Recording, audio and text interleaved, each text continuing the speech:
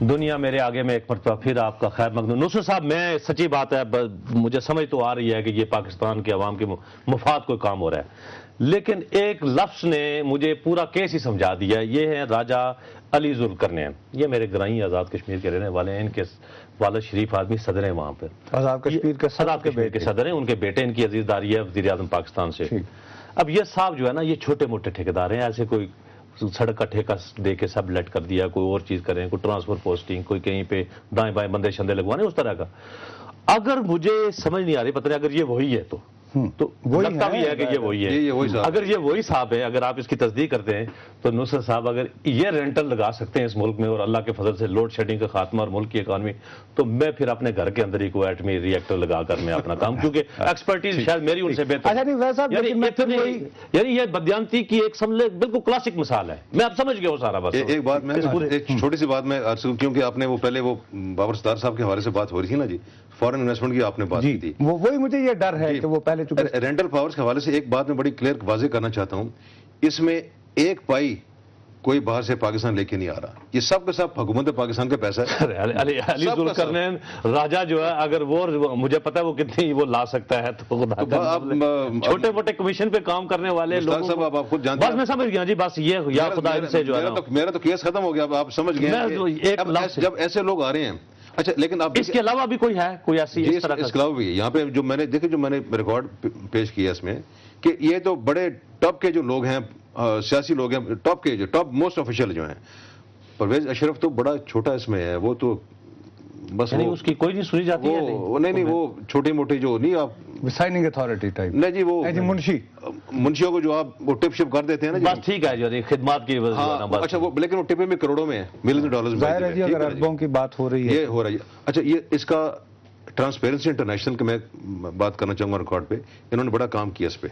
جی یہ rental powers کی انہوں نے بڑا کلیئر کٹ کہا کہ شفافیت نہیں ہے اس میں, پیپرا رولز کی وائلیشن کی گئی, ہر رولز کی وائلیشن کی گئی, بلکہ ایشین بینک نے کہا ہے, آڈیٹر جنرل پاکستان نے کہا ہے. ٹرانسپیرنسی انٹرنیشنل کا خط مجھے ملے, جہاں پہ انہوں نے ایک اور صاحب ہیں, میں ان کا بھی نام لینا چاہوں گا, کیونکہ وہ ان کے پاس 3 رینٹل پروجیکٹس ہیں, 3 بلکہ ان کے پروجیکٹس ہیں.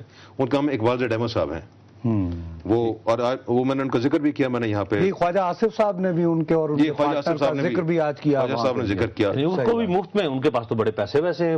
اب جو میں نے آپ کو پہلے عرض کیا نا, ایک 2006 میں ہماری حکومت میں یہ کام, یہ ان کو ایک ٹھیکہ دیا گیا تھا, ایک بھیکی کا پروجیکٹ ہے اور ایک شرک پور کا پروجیکٹ, یہ 2 تھے 286 میگا واٹ کے پروجیکٹ.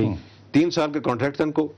یعنی 2006 میں دیا گیا کہ 3 سالوں میں یہ ان پاور پروجیکٹس کو وہ آپریشن 2007 میں انہوں نے شروع کرنا تھا, اور یہ ابھی 2010 میں ختم ہو گیا ان کانٹریکٹ. 3 سال کے لیے ان کو $217 ملین پیمنٹ کی گئی, جو 18.5 ارب روپیہ بنتا ہے. اور اس میں ان سے بجلی غالباً مشکل سے 30-35% بجلی ان سے لی گئی ہے. ان کے پلانٹ بند پڑے رہے ہیں. $6 ملین پر منتھ ان کو ہم یہ پیسے دے رہے تھے. $60 لاکھ ایک مہینے کے, اس کو جب روپوں میں کنورٹ کریں تو بس یہ.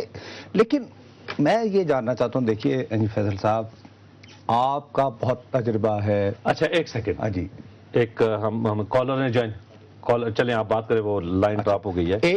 آپ کا اتنا تجربہ رہا ہے, آپ نوجوان ترین وزراء میں رہے ہیں جب 88 میں آئے تھے یہاں پہ اسمبلی میں. دیکھیے, آپ سیاستدان تو ایک دوسرے پہ بلیم ڈال سکتے ہیں, مثلا راجہ ظلم, لیکن یہ سارا کام ہو سکتا ہے جب تک آپ کے ساتھ بیوروکریسی پوری طرح انوالو نہ ہو. مکمل طور پر بیوروکریسی, بالکل آپ نے صحیح کہا نصرت صاحب.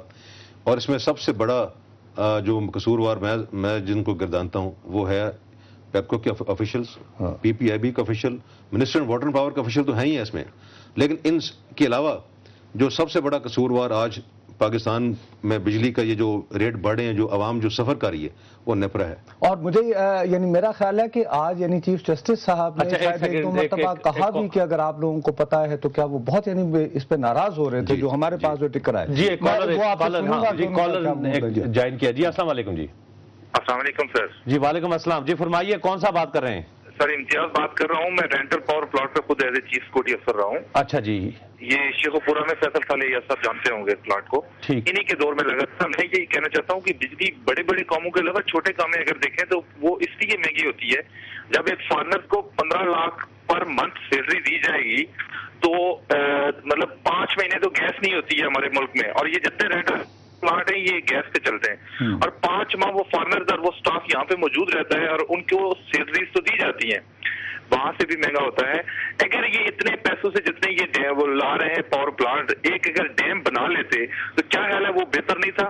اچھا خیر، وہ ڈیم تو لانگ ٹرم ہوتا ہے، لیکن یہ آپ کا جو فرمانا ہے کہ جی بہت زیادہ پیسے ادھر لگتے ہیں، وہ تو لانگ ٹرم کی بات تھی. وہی آپ کی بات کو بینگ اے فارمر، لیکن میں وہی میں کہہ رہا ہوں کہ جو میں نے تو خالی ٹکر دیکھے جی، میں تو خود وہاں پہ موجود نہیں تھا، لیکن میرے تک یہ فیل ہوا ٹکر سے کہ آج یعنی چیف جسٹس صاحب بھی اس بات پہ بہت ناراض تھے، اور وہ یہ بیوروکریٹ اسی لیے انہوں نے میرا خیال ہے صاحب. میں وہ یہی کہہ رہا ہوں نصرت صاحب کہ نیپرا تو صارفین کے حقوق کا تحفظ کرنے کے لیے بنائی گئی ہے کہ وہ ریگولیٹر ہے، تو کیا آپ کا کہنا ہے کہ یہ ساری جو قیمتیں آتی ہیں تو پبلک کے نمائندگان یا پبلک سے کوئی بات وہ کرتی ہے نیپرا، یا اسی طرح بس نیپرا کی جو ایکٹ ہے نا جی، اس میں بڑے ان کے جو فرائض ہیں، اس میں جو ٹاپ کی جو 1-2 چیزیں جو جن کی ذمہ داری بنتی ہے کہ وہ جو صارفین کے جو حقوق ہیں ان کا وہ تحفظ کی ذمہ داری نیپرا کی ہے سب سے پہلی بات. یعنی حقوق جب آپ تحفظ کریں گے تو اس کا مطلب ہے آپ ریٹ کم کریں گے ان کا.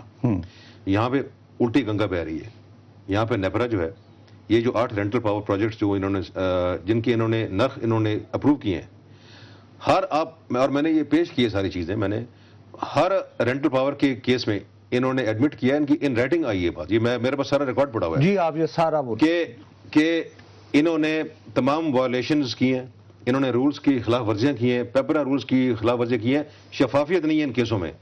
اور یہاں تک انہوں نے کیا دیا، نیپرا نے اپنی ایک قدرن لگا دی تھی جو کہ میرے مطابق غلط تھی، بٹ وہ قدرن یہ تھی کہ 10 سال سے پرانا پلانٹ امپورٹ نہیں ہوگا اور 60,000 گھنٹے زیادہ چلا پلانٹ امپورٹ نہیں ہوگا. لیکن وہ دونوں وائلیشنیں ہوئی.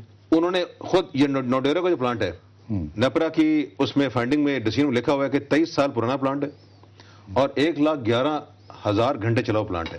تو اس میں سر ایک اٹک سے کالر ہیں. جی السلام علیکم. جی وعلیکم السلام. سر اگر رینٹل پاور پروجیکٹ اتنے ہی برے تھے تو ان کی گورنمنٹ نے 2006 میں یہ سٹارٹ کیوں کیے؟ ہاں ٹھیک ہے، آپ کا سوال آ گیا جی. وہی تھا جی، وہی بات ہے کہ یہ نہیں بس ٹھیک ہے، یہ جو ہے وہ بہت ویلڈ آ گئی بات کہ آپ کی حکومت نے، آپ جیسے خود کہا کہ 2006 میں ہمیں دیکھیں جب میں نے رینٹل پاور پہ یہ ابھی ساری سامنے چیز آئی نا جی، تو وہاں ہمیں پتہ لگا یہ کس قسم کے گھپلے اس میں آ رہے ہیں. پہلے تو ہمیں معلوم ہی نہیں تھا کہ رینٹل کیا چیز ہے کہ اس نام بھی. اور صرف نہیں تو اس وقت پیچھے کون تھا؟ مثلا جب اقبال زیڈ احمد صاحب کو 2006 میں دیا گیا، آپ کی سرکار تھی اس وقت. میں تو اقبال زیڈ احمد صاحب کے آپ کنیکشن جانتے نہیں ہیں، ان کے کنیکشن کیا تھے، کس کے ساتھ تھے کنیکشن؟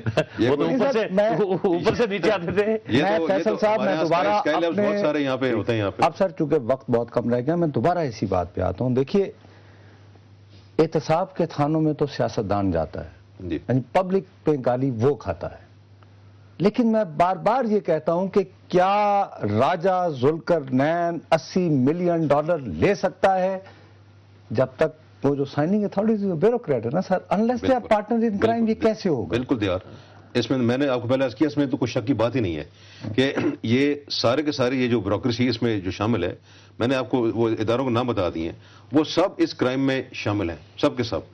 اور میں آج سپریم کورٹ جو گیا ہوں یہاں پہ، میں اسی وجہ سے گیا ہوں کہ کوئی ایک ہی آج ہمیں تو ادارہ نظر آتا ہے پورے ملک میں جو کہ جس سے آپ انصاف کی توقع آپ کر سکتے ہیں، اور انصاف وہ دے رہے ہیں. اور پھر یہ کہا جائے کہ وہ انتظامی اور مقررہ کے معاملات میں مداخلت کرتے ہیں، اب اس کے بعد نہ کریں تو کیا کریں؟ نصرت صاحب، میں جس دن پہلے دن گیا ہوں سپریم کورٹ میں نے آنریبل ججز کے سامنے یہ بات کی ہے کہ جی آپ ایک آرگن آف اسٹیٹ کو ریپرزینٹ کرتے ہیں، میں دوسرے کو کرتا ہوں.